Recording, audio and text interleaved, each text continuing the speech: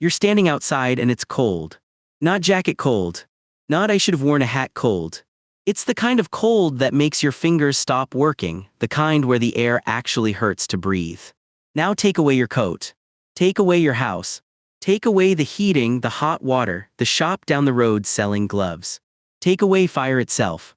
That is the world your ancestors woke up in every single winter for hundreds of thousands of years.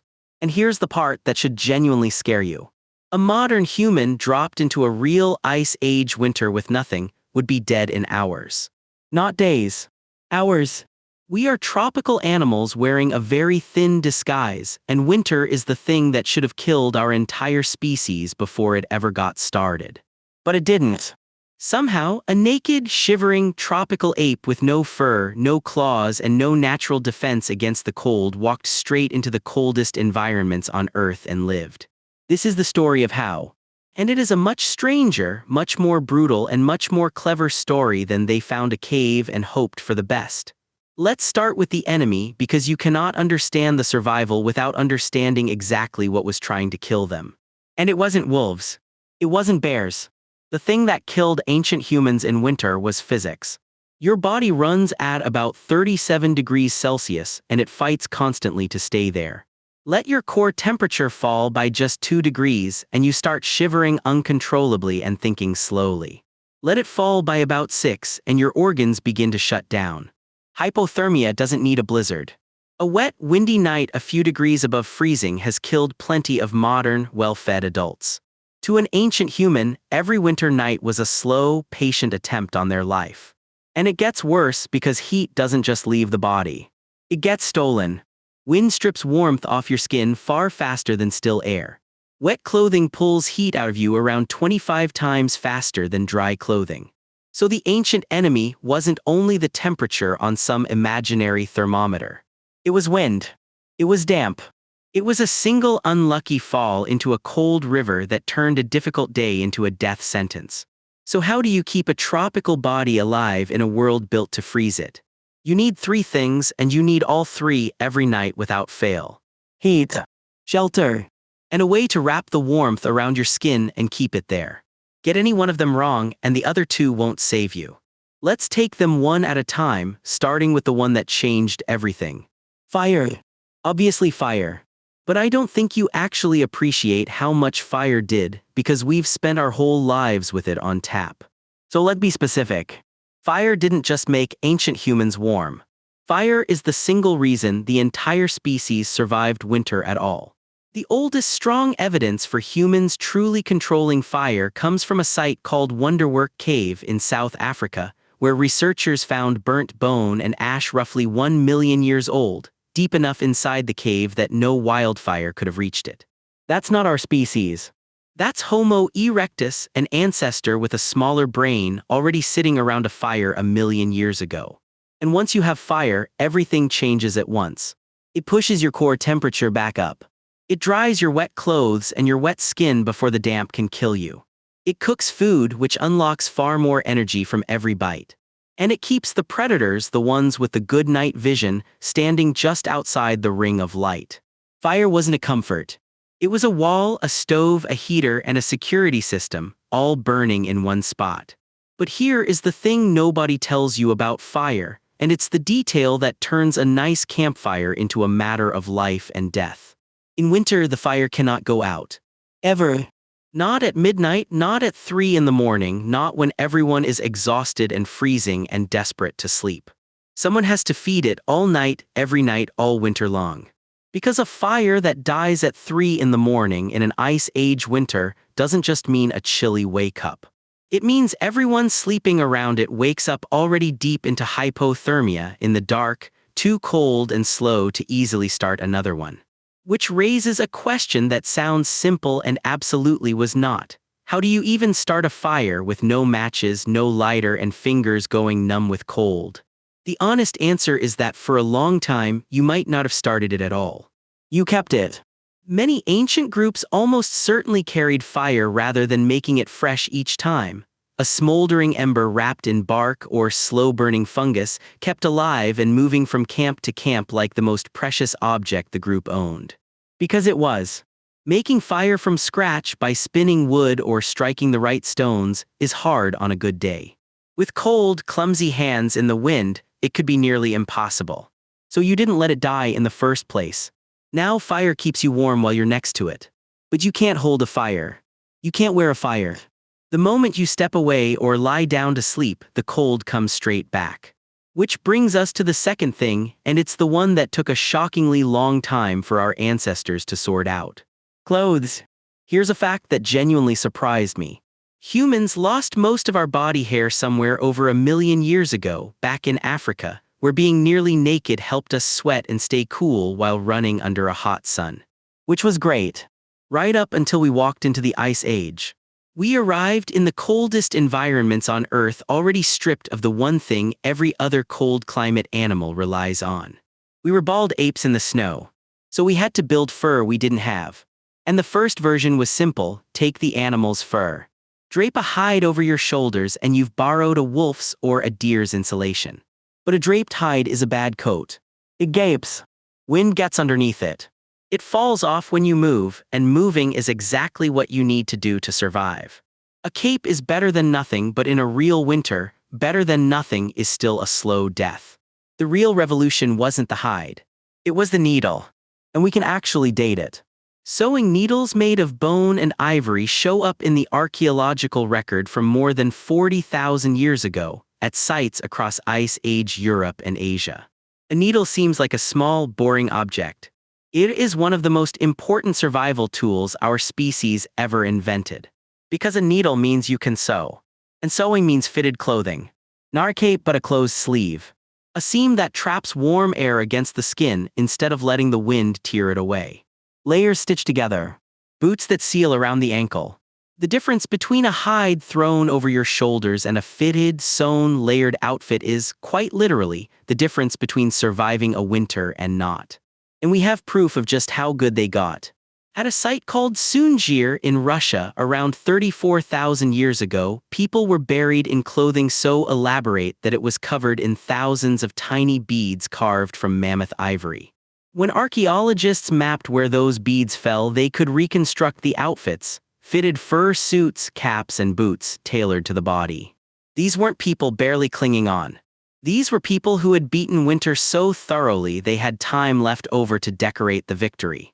Sit with those numbers for a second. 34,000 years ago, long before farming, before writing, before the wheel, people had needles, tailored clothing, and enough spare time and skill to sew 10,000 ivory beads onto a single outfit. We tend to imagine our Ice Age ancestors as desperate and primitive. They were dressed better for the cold than a lot of people are today. All right. You've got fire and you've got clothes. You'd think that's enough.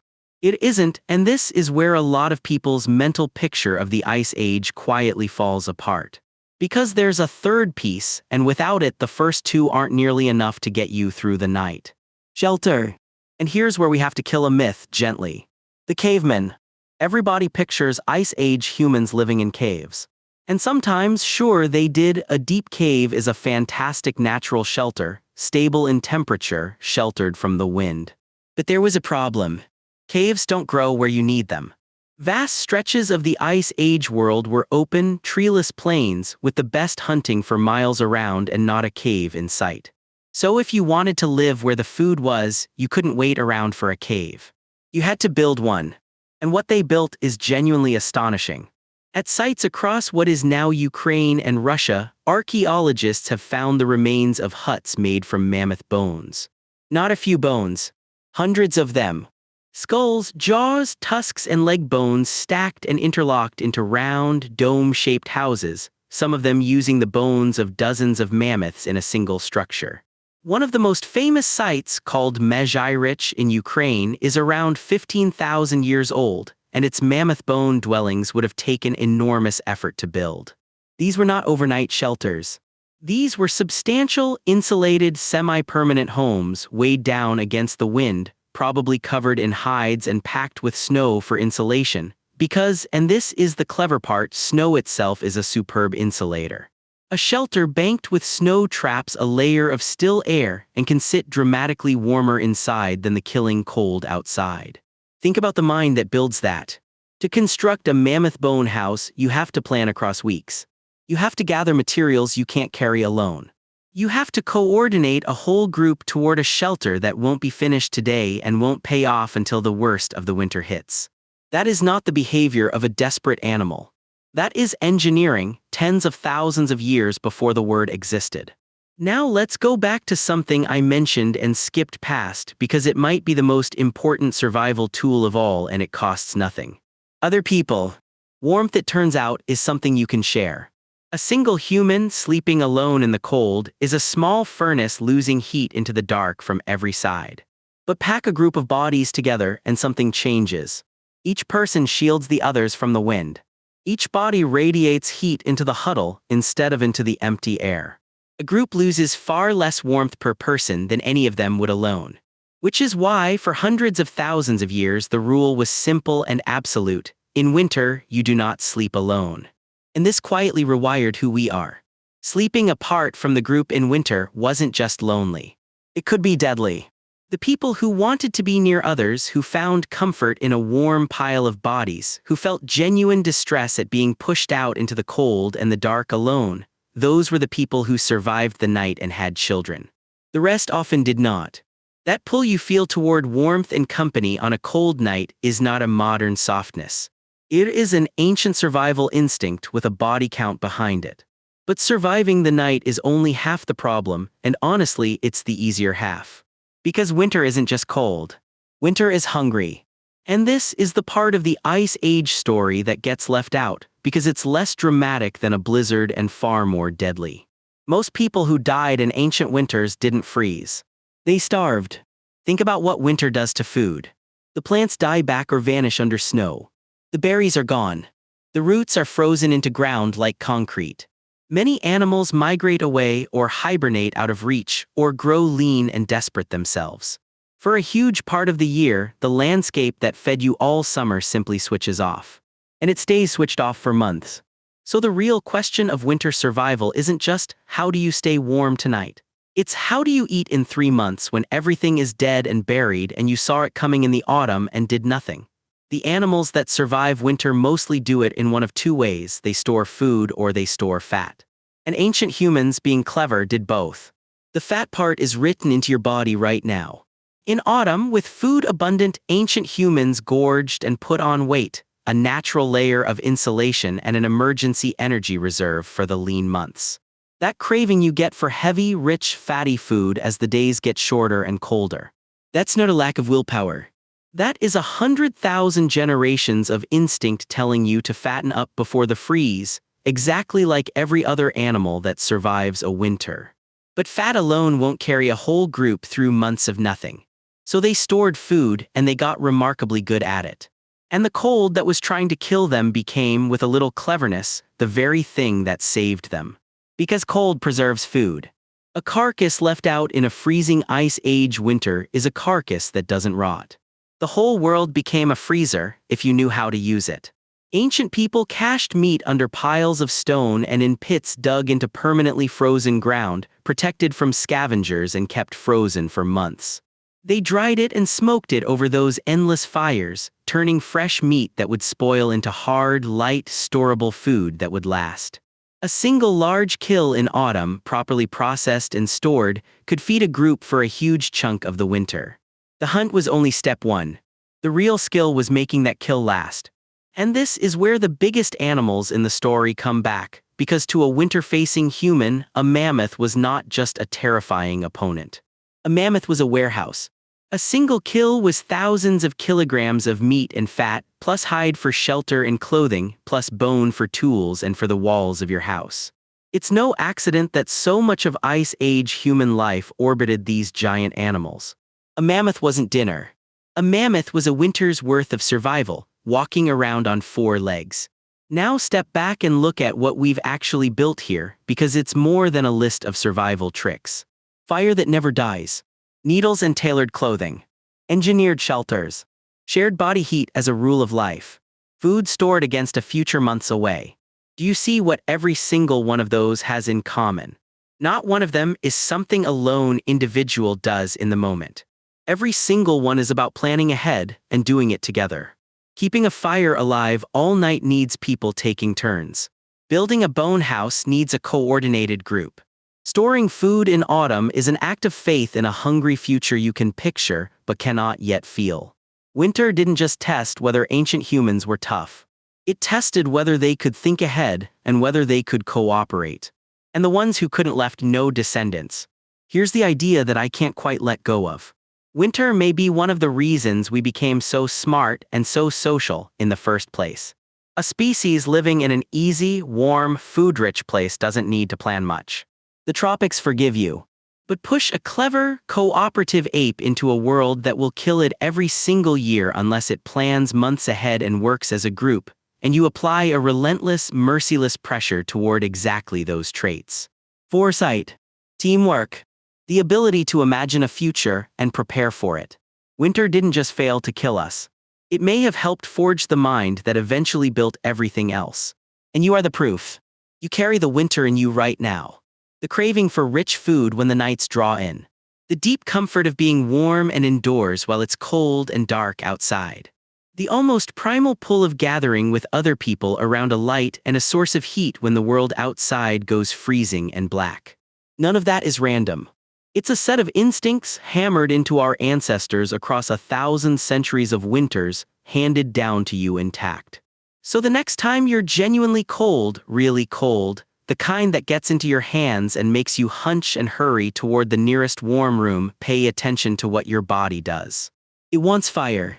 It wants shelter. It wants to wrap up warm. And most of all, it wants to be near other people. That exact bundle of wants is the oldest survival kit our species owns, and it worked. It worked so well that you're here, warm, watching this, tens of thousands of winters later. They should have frozen. A bald tropical ape in an ice age had no business making it to spring.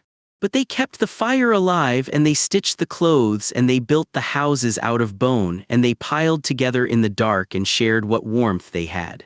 Not once. Not for one heroic winter. Every year. Thousands of times over. Until the shivering, planning, cooperating animal that did all that quietly became the only kind of human left. Including you. If you made it all the way here, subscribe now. There is a lot more where this came from.